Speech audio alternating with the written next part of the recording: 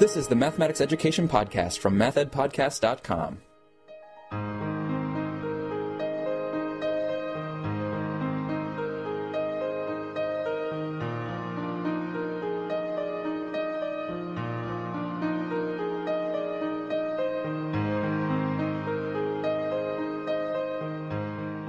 Welcome to the Math Ed Podcast. My name is Sam Otten from the University of Missouri, and with me here at Mizzou today is Dr. Rochelle Gutierrez, who's a professor in the Department of Curriculum and Instruction at the University of Illinois at Urbana-Champaign.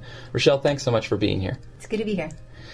We are going to be talking across Rochelle's career in mathematics education, and we're going to start back at the very beginning. So I'm curious, what was it that led to you entering the field of mathematics education and particularly going into higher education?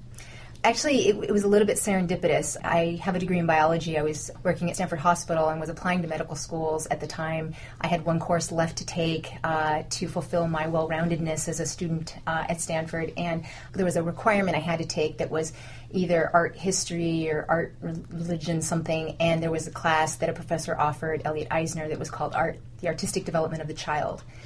And it was a course I had to take to graduate, so the only version of it that I could take was a graduate seminar.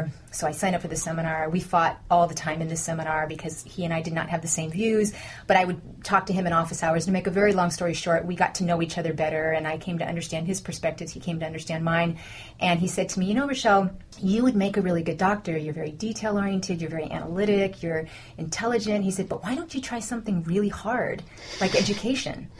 And nobody had ever really talked to me about education in that way. I mean, all my free time, I was always tutoring other kids in Upward Bound and helping other kids with their math, and I hadn't really, I was supposed to be the one who was going to go be the Latina doctor from my family, and I hadn't thought about it. So, well, right then I started applying to some schools in education, but I started teaching in a program at Stanford in migrant education, and I was teaching mathematics, and it was one of those things where the light bulb it was like, this is what I'm supposed to be doing. So I taught for a bit and then applied for programs and got into the University of Chicago. So it was a little bit, I hadn't intended to do a PhD right away. It was one of those things that I got accepted into the program and just went.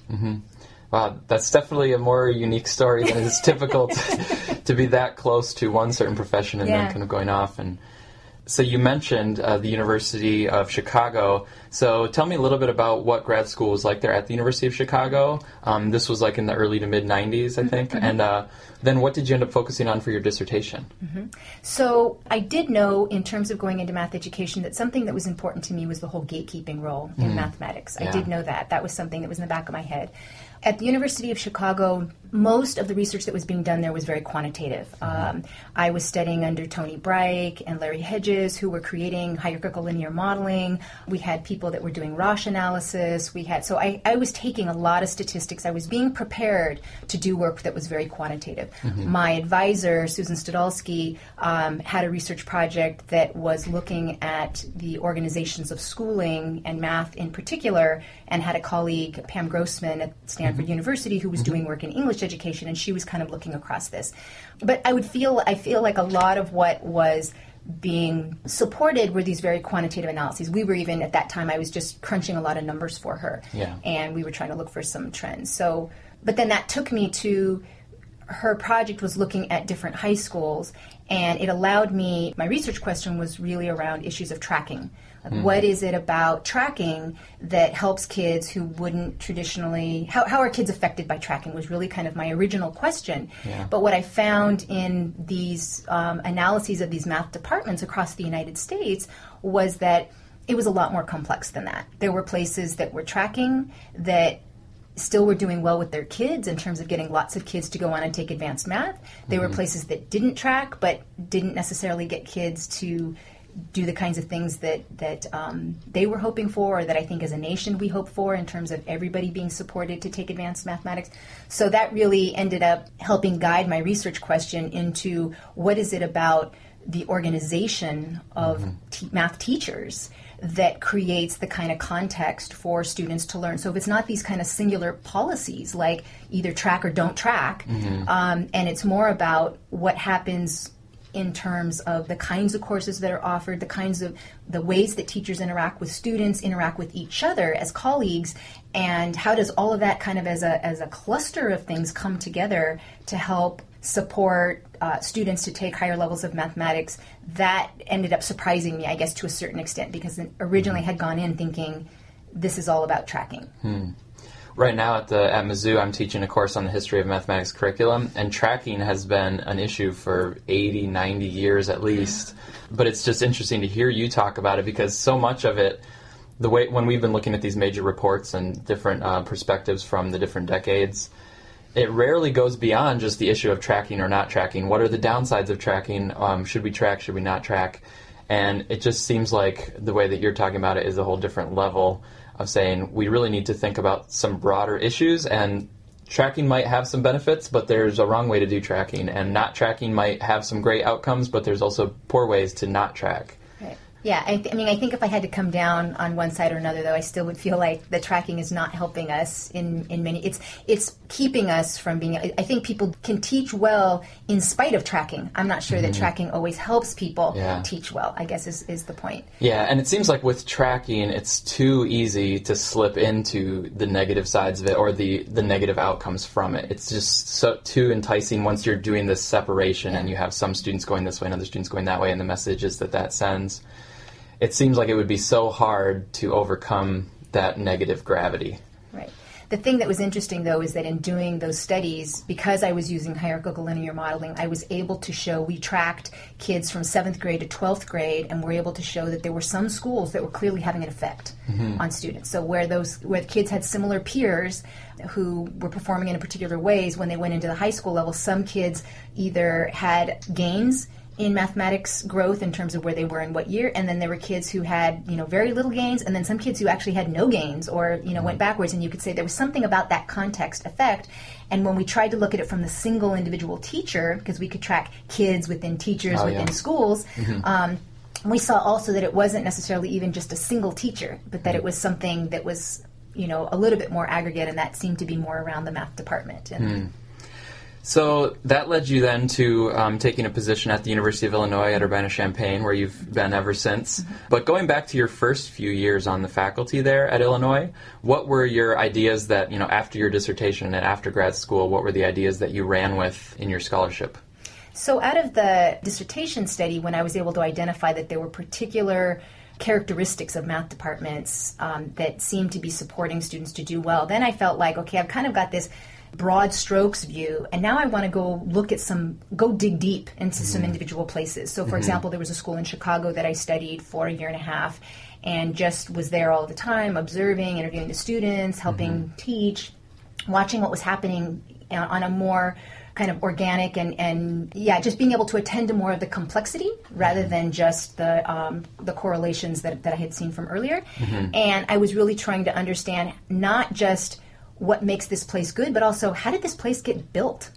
Like, what's the history of this? Like, how did these people come together and decide that they were going to support, a lot of Latino or first generation or Black or low income students to go on and take calculus, when so many other schools across the United States either don't believe kids can do that or just don't end up creating the context where they do that. And what was it about this place, and was there something I was going to learn from looking at one single case more deeply that I didn't understand when I was looking at several cases? Because across the United States, having 9 schools to look at allowed me to see some patterns and not just say, oh, this is a boutique school, this is one school that did this one thing, but then going and looking deeper at one school allowed me to see it more up close. Yeah.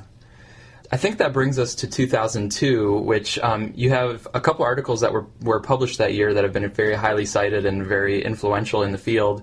One of them was in the American Educational Research Journal from AERA, and that one was on Beyond Essentialism. And you also had a mathematical thinking and learning piece, which was on a new equity research agenda. So just talk to us about 2002, those pieces coming out, and what your thinking was and the kind of larger message that you had at that time. So I think coming out of that one math department that I was studying, there were a number of things that they were doing that felt like again, like the earlier work I had been doing in tracking, where it felt like a lot of people think it's tracking or not tracking, I felt like there was things they were doing in their math department that we weren't studying. So, for example, one thing that seemed like they were attending to was students' language. But they weren't attending to language in the ways that a lot of the literature was asking us as researchers or as teachers to attend to language. It wasn't language in the sense of vocabulary and highlighting the difficulty of students who have to decode what a math problem is asking of them. There were things about language that they attended to that really supported the students' identities. So, for example, the entire math department, there was only one teacher on the staff who was Spanish speaking. But he spoke Spanish from a kind of colloquial perspective because he grew up speaking it but wasn't necessarily taught to read and write and to express more academic things in that way. And he certainly did not learn mathematics in Spanish. Okay. So what I saw these teachers doing was not just allowing students to use mathematics when they were discussing problems, but recognizing that it wasn't a proficiency-oriented thing. So oftentimes as teachers, we may think, oh, a student is using Spanish to discuss this problem because their facility with English isn't as good. But what they noticed was that students were speaking Spanish who didn't, quote, have to speak Spanish, because in some ways this helped maintain their identities. They would be in a group of kids who other kids were like them, and they would code switch. In the middle of the sentence, they would start talking about something else, but they would understand the problem, and it was very natural for them, because they were with others who spoke Spanish, to kind of assert that aspect of their identity. And it wasn't this cognitive or a proficiency-oriented thing. It was a social thing of affirming who I am. I can do mathematics in my language. I can do this is a very natural thing for me to do. I can be my whole person. I can be myself. I can be myself. And be doing math and be in a math community. Yes. So again, that piece, the Beyond Essentialism, was really trying to get at the complexity that moved beyond just how do we support students who we may think of are English learners. And at this point, by high school, many students who may have been more recent immigrants and have developed fluency in English, by the time they get to high school, any kind of a program that they would have been in to have support wouldn't necessarily tell you. So, for example, the students that were in that class that were speaking Spanish, some of them were in the honors English class, they were in that, so it wasn't something that you could walk into the classroom and say, oh yeah, Luis, that was totally normal that he would speak Spanish. There were students who surprised the teachers. And they also thought about their role as teachers in terms of in what way, how do they negotiate a culture of a classroom that allows for that when not everybody is Spanish speaking. So there are students in the class who are monolingual English speakers. There are students who are Latinos who don't speak Spanish. There were students who were black who knew no Spanish. And so how do you both allow for some students to do that when other people sitting at their table may not? And so for me, it was that phenomenon that was one small piece of what happened in that math department that again got at more of that complexity of teaching. And just even so, having teachers that are thinking about all of those dynamics that you're describing, rather than teachers who just think, I need to help all the students be able to speak and write the English mathematics. Instead of just viewing it in that simplistic kind of direct way, they're viewing it as, wow, there's all these social dynamics, there's identity dynamics, and then there is the mathematics as well. Absolutely. And then in the mathematical thinking and learning, you talked about a new equity research agenda. So is that trying to follow up on some of those same ideas, or were there some other dynamics to the new agenda that you were proposing? So the new agenda, it's funny because when I look back at that piece, I remember writing that so clearly and thinking, like, who the heck am I to get to decide what equity is? I remembered writing this 3-part definition and feeling like, I remember feeling frustrated that it felt like at that moment we were writing a lot about equity and nobody was defining it, or few people were defining it. And I wasn't finding an adequate definition, so that's what caused me to feel like I wanted to write it. I felt like so much of what was being written about from this perspective of reform mathematics versus traditional mathematics, and that was the big fight that people were having. And I felt like it's especially related to these identity issues that were happening in this math department. It's about so much more than that. Like, even if teachers are using reform mathematics, that's not enough if they're not also attending to some of these identity issues that the teachers I was looking at were, or organizing themselves in ways that were helping professional develop each other. So when I wrote that piece, for me, I was trying to say to colleagues, to the discipline, that we need to move beyond this idea of traditional versus reform and ask ourselves, when do we get this critical perspective? When do we care about? And that really helped me develop these 4 dimensions of learning that I've been talking about, which is access, achievement, identity, and power. and saying, so much of what we write about inequity still has this deficit view of kids that it's all about opening doors, it's all about access, opportunity to learn, and then their scores on achievement tests or whether they can continue on in the math pipeline. And we never really ask, do kids get to be themselves when they're in math classrooms? Yeah. And so this other dimension or this other axis of the critical axis being issues of identity and power, I felt like we weren't really addressing as much in our field. And I thought that critical perspective that some researchers were focusing on was where we needed to go. That the more important distinction for me was not reform versus traditional, but was critical versus mainstream or critical versus dominant. And that in the public space and in much of what was being written in the math education journals, when we talked about equity, it was all about access and achievement and closing the achievement gap. And it was not thinking about some of this more complex notions of identity and power. And I give an example of that in the sense that even though many people were writing about equity and saying it was important for, if we want to address justice, it was important for more students to be able to go into the field, to have the opportunities to have high quality teachers, to all these kinds of things, it still was talking about it from a kind of deficit perspective. Like, everyone needs math in their world. Like, when you have math, you're going to have better economic opportunities for jobs. You're going to be able to problem solve better in your life. You're going to be able to, there was all these things that seemed like you need math and you'll be better. And nobody was saying, wait, maybe math needs people. Even when we said we want more women, more people of color, other kinds of people to enter math that haven't historically, we still were writing it from the point of view that because they would benefit. And instead, if we think about it as if those people went into mathematics, they would ask very different questions about the world using mathematics. And we know, for example, from times of war, when men have left their chemistry labs and women have taken over, they've asked different questions and new forms of chemistry have developed. So we have that same phenomenon that if we have different kinds of people coming into our field, that might actually change mathematics. That might help make it be more vibrant, help it to grow and see different, we would develop different areas that maybe we wouldn't in the past. Rather than thinking, so it'd be like, turning that thing on its head. It's not just that people need math, it's that math needs people. Yeah, in my mind, I'm processing what you're talking about with two metaphors. The first was kind of the metaphor of, we have a club and we want to let you in, but you need to say our secret password and you need to kind of act like we act in this club. Yeah.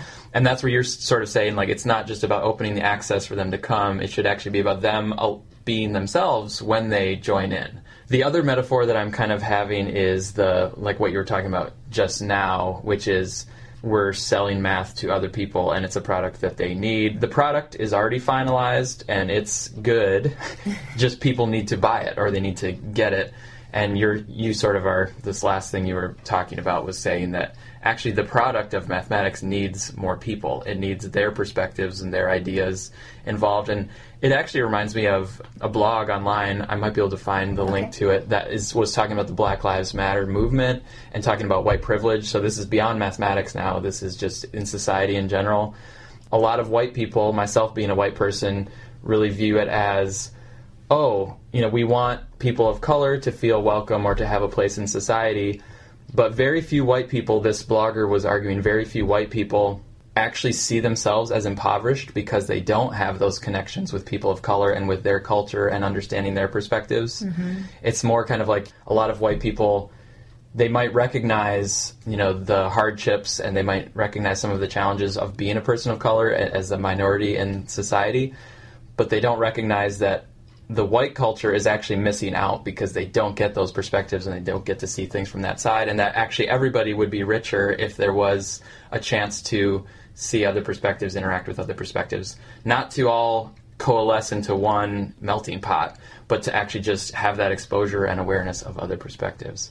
I hadn't yet, but you're making me kind of connect that broader idea to mathematics education, and it's not just bringing math to underrepresented groups, but it's actually bringing those underrepresented groups and all of their resources and the ways in which they can offer things to us overall. Absolutely. My guest is Rochelle Gutierrez from the University of Illinois at Urbana-Champaign. She's in the Department of Curriculum and Instruction. Also, she's affiliated with the Department of Latina and Latino Studies. And I want to ask you about an interesting experience that you got to have in 2004-2005 when you were a Fulbright Scholar. So what were some of your most potent memories from that Fulbright Scholarship? So when I was in Zacatecas, Mexico, I was studying 2 secundarias. They were these are for grades 7 to 9. That's how it gets broken up. Okay. I was interested in that level because that was before preparatoria, where some students choose to go into specific kinds of high schools, and I really wanted the kind of comprehensive experience. I chose to go there because out of that high school I had studied in Chicago, there were a lot of students who were recent immigrant from Mexico who were performing so well and who knew algorithms and other ways of doing things that kids in our classes I was studying didn't know. And I was trying to figure out what is it that they're doing in Mexico that's preparing these kids so well that we don't seem to understand, because that's not the view we tend to get in the United States, is that Mexico is ahead or is more rigorous or something like that. Then we tend to get this idea that we should be following Singapore math or lesson study, or it all comes from Asia. So one of my memories was, so I studied these 2 different math departments, again, with the same focus that these were. One place had gotten a lot of kids to go and do math Olympiads, and they had a really high pass rate of their courses in terms of the system works differently, but that was kind of saying almost along the lines of how we would say more kids are taking higher levels of math. And another school that didn't have that. And I was trying to understand a little bit contextually there what got this one math department to develop what they did and get the success they did with those kids. And at one point when I was in that more successful school, kids take notebooks. They have their notebooks. They're all, it's graph paper. Every page is numbered. You don't rip anything out. Everything is turned in. It's kind of like a journal. Everything gets recorded. And in Mexico, the way the classrooms I studied, at least, I don't want to speak for all of Mexico or even all of Zacatecas, but I looked at several classrooms before, or several schools before I chose these 2, so I know it wasn't just these 2. The way that kids take their notes is very disciplined. So you have a lapicera, which it has your red pencil, a blue pencil, a black pen, a red pen, whiteout, a compass. Everything is very, very precise. And you try to leave that record in your notebook in that way. So I remember this one day when I was writing up my notes, and there was a girl who was copying a page from another notebook that was next to her, and she was copying it out. And I assumed she was cheating, that she had somebody else's notebook, and that she was trying to steal the answers for the homework because the teacher was getting ready to come around and check notebooks, is what she was doing.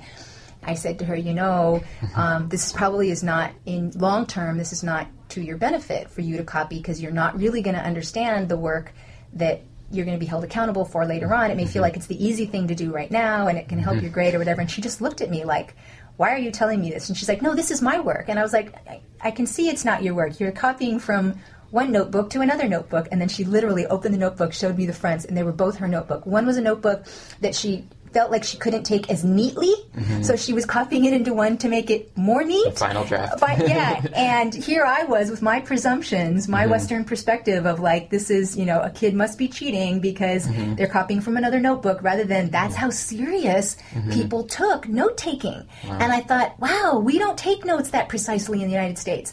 When teachers would be up at the board, they would be writing, and nobody would take a single note. Everyone would just be sitting and listening. And then at one point, the teacher would say, okay, now you can copy. And they would copy down whatever was. And I thought, wow, I wonder what that does for us in terms of reflection when we have kids madly copying stuff as we're going, with no time to think about what are they writing down. So there were all these kind of juxtapositions of like, I liken it to clothing. I think about how I like to wear a lot of tailored clothing, and I find a lot of times that our image to the rest of the world is that the people in the United States dress very sloppily.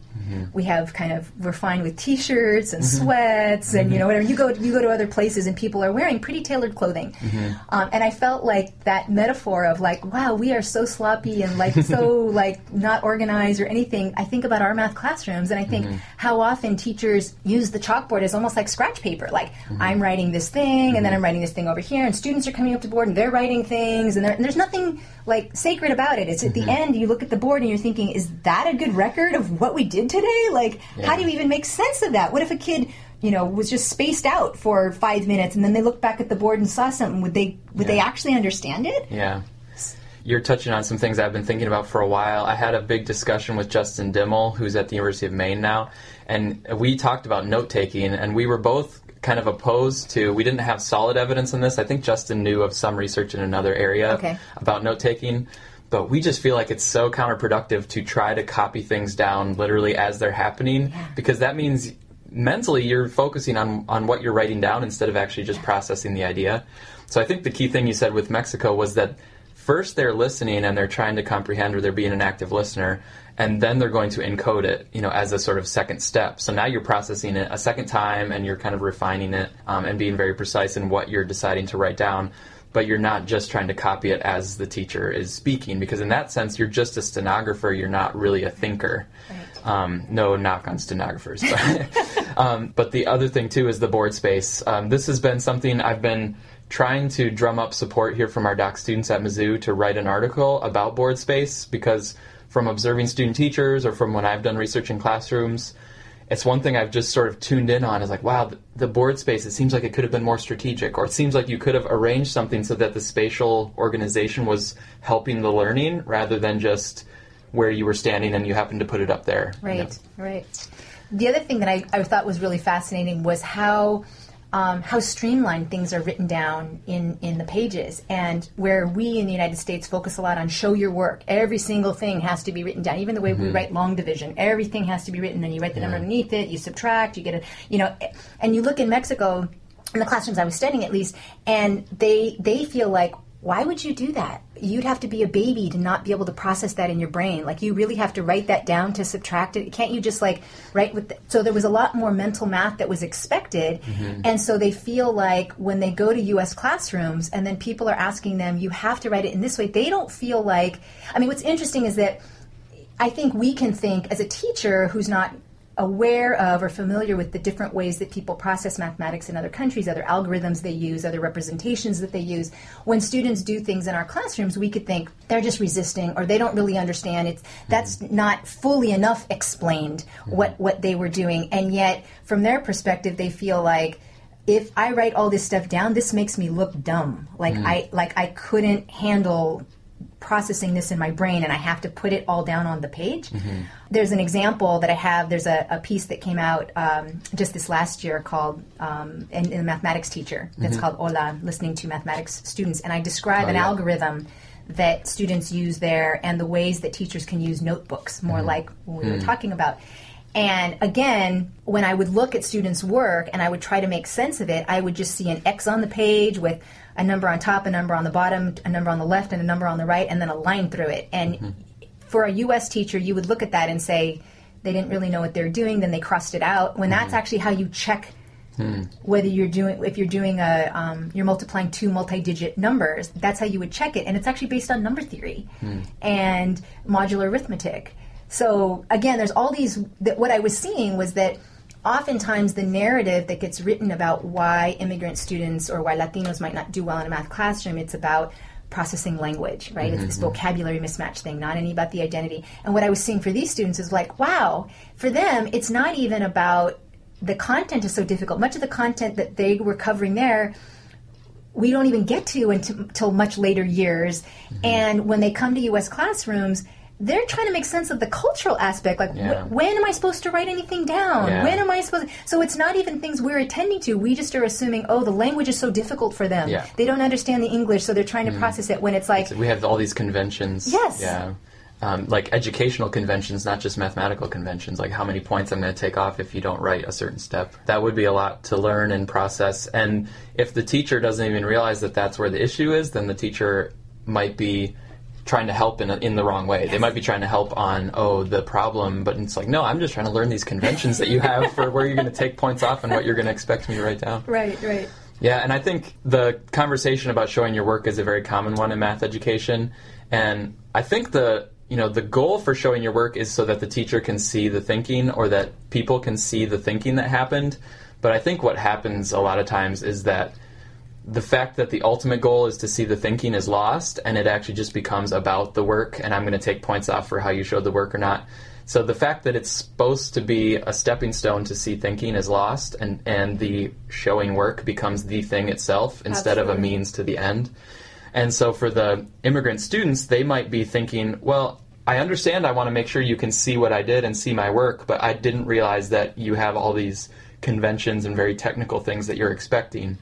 And I think if we all kind of keep in mind that the goal is to see the mathematical thinking, and we do all care about mathematical thinking, but to remember that showing work is a means to an end. It's not an end in itself. Mm-hmm. Definitely.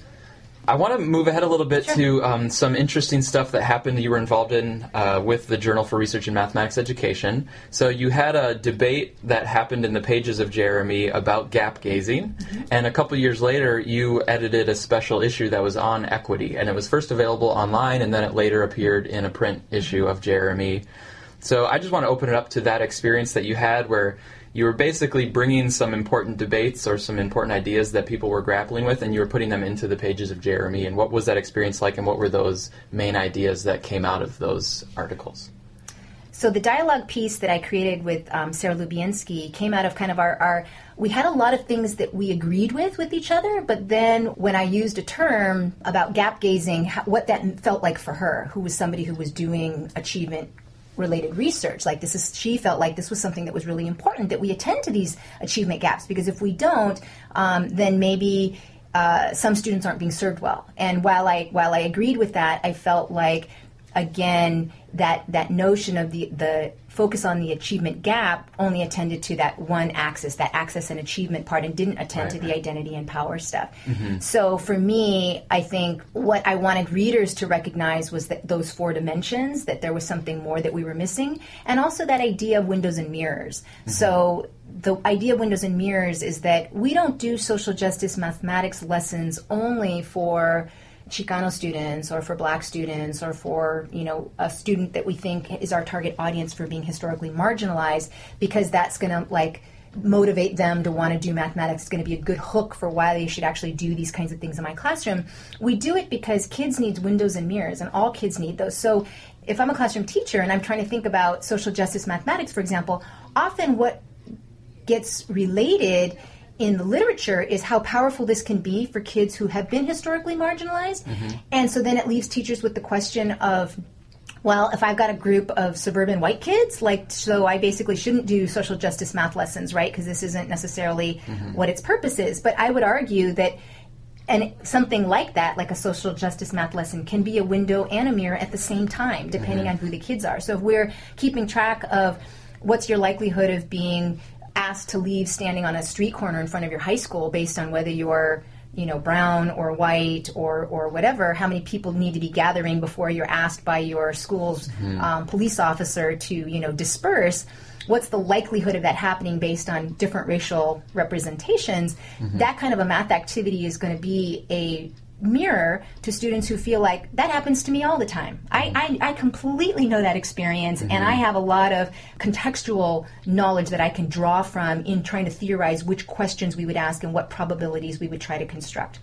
For somebody who's white, who's maybe never even thought about the fact that they could stand on street corners with all their friends and nobody pushes them to disperse, that now becomes a window onto another world. Now, they're both doing the same kinds of mathematics, but what that means for them is something very different. And I feel like what often gets missed in these kind of more critical perspectives, so going back to the 2002 article, the distinction not between reform and traditional, but between critical and dominant, that people somehow get left with this critical stuff needs to be done with target audiences, and not that this would be good for everybody. And also that in the gap gazing piece, recognizing that there are many kinds of gaps that we could study that we don't. And so what's the story that we tell, and what messages basically do we leave researchers and teachers with, just like the social justice math thing? What message do we give to teachers and students when the context that we talk about it is all in one way?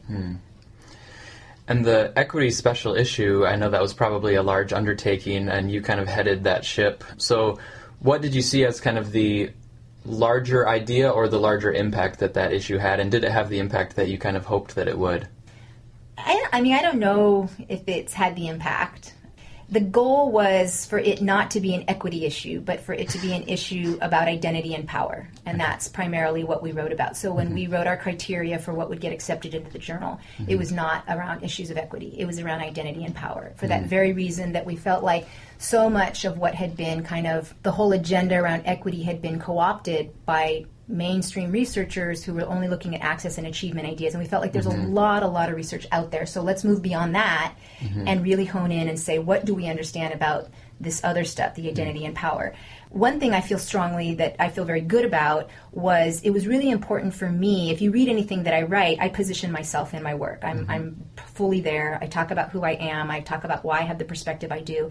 And I felt like it's interesting that we don't do that in mathematics education, that we don't say who we are. And in other fields, people do that. So one criteria was that anything that got published in that journal, the author or authors would have to position themselves and say who they are and how that influenced what they decided to study and how they actually studied it. So that's one thing that I felt like we have left a written record for other people who want to say, well, how do you do this in math education? Here's some examples of what it looks like. Here are examples of different people doing this. The other thing that was really important was helping people. We have 3 dialogue pieces in there. Again, partly after people found the dialogue piece that I had done with Sarah Lubienski to be helpful. I know that the Michael Apple dialogue piece a while ago was also really helpful for people. And I think when you can listen in on somebody else's dialogue, you find it resonates with parts of you, and it's almost like you can enter into that easier than if it's just a scripted article. So the 3 dialogue pieces we had, one was about language, one was about positioning yourself in research, and one was about racism. And we felt like we were having these conversations as an editorial board about the kind of the mismatch between the kind of conceptions we were thinking about when we talk about identity and power, and the kind of submissions we were getting and how people were thinking about identity and power, and how we felt like the ways that many people were thinking about identity and power in our field were fairly superficial. And so they ended up being kind of demographic markers. I'm studying this classroom of black students and blah, blah, blah. And then throughout the whole rest of the analysis, there's nothing about blackness throughout the rest of the paper. And at the very end, maybe there's recommendations for other classrooms of black students, but it really wasn't integral to the work. And so we felt very strongly that having these 3 dialogue pieces would help educate people about kind of we basically just taped ourselves having conversation like what you're doing, and then edited it just, a bit. So people who might be interested in thinking about how did an editorial panel think about these issues, those would be 3 pieces to go and read. Jumping to present day, I want to ask you, what is on your mind right now? What are you currently working on or thinking about as you continue this line of work? Well, since 2009, so I felt like, I spent about 15 years of studying effective math departments, both in the United States and in Mexico, and going and trying to understand, like, how do you build places like this? And when I looked at what was the nature of the work that teachers were doing in those spaces, again, it was so much more complex than I felt like we were understanding or presenting teaching for teachers. And it felt like a lot of the work that these departments were doing was navigating the politics, and that wasn't being written about. That was maybe seen as something, separate or different or not really integral to teaching mathematics. And so when I looked at the kinds of models that we had for what's the knowledge basis that teachers need, it was still around content and pedagogy and students, and there really wasn't anything about this other space of all the politics that are going on. And that was, that was back when I was studying that math department. That was back in 1998, 1999. So it didn't have the same kind of high stakes education feel as we do today. But so then I got an NSF grant to support the development of teachers, and I said, well, what if we took this seriously? What if we decided we actually wanted to try to have this 4th knowledge base, this political knowledge, and we wanted to try to get teachers to be prepared for teaching in that way? What would that look like? What kind of actual knowledge would people need? What kind of stances could people develop? What kinds of things would you have? What activities would you have to do in your teacher education program to make that happen? And so things like rehearsals for the politics of teaching. There's an activity that I do that's called In My Shoes, that actually, in the same way that you would do like a peer teaching lesson where you would teach to a bunch of people and then you would debrief afterwards how the teaching go, and you'd be trying to pull in particular discursive moves in your teaching or whatever, I had developed activities where we would have our pre-service teachers not only learn about like social justice mathematics teaching and racism in society and structural and organizational things about math departments and more creative ways of doing mathematics, but also what are some of the things that you are likely to face in your teaching. If you get a racist comment from a colleague, if you get a new policy that's coming down that's going to change things that you think, but wait, this is the very thing we think is making ourselves successful with this, with these students. How are you going to deal with all of that? And so part of that grant was developing structures and opportunities for the students to think about teaching in a different way. Much of what gets written about in teaching, what it means to be a professional, is all externally defined. So it's things like how well you score on the Danielson framework, how well your kids do on the PARCC test, maybe how many math degrees or courses you've taken. But we don't get this holistic sense of what it means to be a professional that relates it all to negotiating these politics. And I wanted the teachers we were preparing to recognize that what it means to be a professional is also to be engaging in all of that stuff. And whether it's through educational blogs or whether it's through, the different ways that you could pick this stuff up, there's people out there who are doing it and doing it better than we are, and we need to learn from those people. So I started using this term. It actually came from my family, because having grown up in an activist family, I think there were just things that were going on I was exposed to, but there was this term called creative insubordination. And we started using it in the grant. And I remember in one research meeting, we were sitting there, and one of my doctoral students said, "So which paper did you write where you talked about this creative insubordination?" And I said, "Oh, I've never written about this before." And she said, "Well, where'd you get the term?" And I was like, "I don't know. I just know it from growing up." And I kind of looked at them like, "You guys don't know this term?" It felt like a term like even like the play the game, change the game. That's not something I made up. It's just something that I've heard said, and I feel like it's a useful thing. So then we went through the literature and said, "Well, has anybody written about this?" Like now we're like, who's written about this? And it was people who had written about principles. It was a principal leadership research in the early 90s, and who were looking at principals in Chicago, as a matter of fact, who had decided to stand up to kind of district-wide initiatives that were not the things they wanted to do in their school. And so then they just decided to do something that was called creative insubordination, where basically it's where you're bending the rules to hold yourself to a higher ethical standard because you don't feel like following what you're being told to do is the right thing. We realized that was pretty much what we were doing with teachers, was trying to help them think about how do you, rather than having these external standards of what it means to be a professional, how do you create your own internal standard and hold yourself to a higher ethical practice? And so there's something that we used in the grant. I used to say, we come back to the mirror test. And the mirror test is you just need to be able to look yourself in the mirror and say every day that you're doing what you said you were going to do when you went into this field. And if you're not, what are you going to do about that? And so, for example, I have a teacher who, it was her second year of teaching, and she got evaluated on the Danielson, and she got distinguished in all these different categories, and they told her she doesn't have to be evaluated for another 5 years or something. And she came to me and she said, "I know I'm not doing well. I don't know how I got distinguished on relating to families and parents," but she's like, "I have so much more work to do in this, and I know I'm not good enough on this." So it was interesting because for her, it was her own mirror test that was saying, "I'm still not the teacher I want to be," and she was saying, "And what? Now they're just not going to evaluate me for 5 years?" That just felt wrong. So the work I've been doing really since 2009 has been trying to theorize this idea of creative insubordination. What does it mean for teachers to have a different grounding point for thinking of themselves as professionals? What kind of knowledge and activities and things and collective experiences are needed for people to develop this way of thinking about things? And then how well does it work? Like when people go into the field, how well are they able to bend the rules and advocate for their students? What are the kinds of things that they've done earlier in their career? We saw evidence of people doing this is still in student teaching. So what got those people to take risks? What got the people who got this very same exposure, almost like raising a family? You've got 3 kids you're raising, you do the exact same things, and 2 of them are this way and 1 of them's that way, and you think, wait, you sat at the dinner table with us every night, we had those same conversations, how are you so different from... So trying to understand that phenomenon in terms of who individuals are and in what way do they conceptualize for themselves what this act of creative insubordination means, and why do some people take risks and others don't, or why do people take risks strategically? Because the whole notion of creative insubordination is that you don't just go along with what you're being at with the status quo, but you do it creatively because you don't want to just get fired. I mean, it's very easy to just not go along, but it's not very productive to just do that and get fired, and now you can't change anything. So, and if people are interested in the political knowledge for teaching, you make a case for that in an essay that you had in the Journal of Urban Mathematics Education, so I'll put that reference in the comments for this episode as well. My guest is Rochelle Gutierrez from the University of Illinois at Urbana-Champaign, and she was the 2011 Excellence in Research Award winner from the Association of Mathematics Teacher Educators.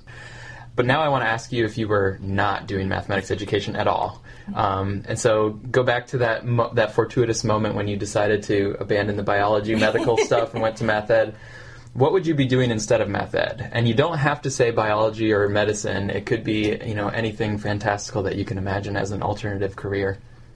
Well, I think about that moment when I realized that in all my free time, I was tutoring other people in math and things like that helped solidify for me, like, this really is what I love to do. This is what I do in my free time. That helped me make that move. I think if I had to leave math education, what I do in my free time, I play a lot with, I do a lot of art-based things, like I take old clothing and I turn them into other kinds of things. I make jewelry, but it's all very mathematically based. I mean, there's things that I feel like I do that I would probably be some kind of a designer using probably like 4D printing to make clothing and to make those in ways that would reflect something about the individual person in terms of the way that it would fit their shapes. And there would be something about there, though, there would still have to be something about the social justice part of it that would have to be part of it, because that's just who I am. I can't imagine that there wouldn't be that, but maybe it would be around gender issues and how women are, how we design for us, and what that means for I'm not sure. I think it's interesting to hear you talk about that, because I have definitely taken advantage of the United States kind of slobbiness or just freedom with clothing, because I basically will just wear whatever's convenient. I probably only buy clothes every 4 or 5 years and buy something. I don't care how well it fits or whatever. I kind of just go, and I go through life not thinking about my clothing very much. But I can appreciate people that do, and especially taking an approach like you said, where it seems like it would be very creative, it'd be mathematical, but it would also be very personal, and that seems like a cool take on clothing design or design like that. So thanks so much for talking with us about your wide-spanning career, and I encourage people to go find some of these things that we've mentioned if you haven't read them already. Some of these are must-reads in math education, so I'll have the citations available, and people can also get in touch with you. We'll have a link to your page at the University of Illinois. So thanks so much for sitting with me here and doing this. Thank you. This has been wonderful.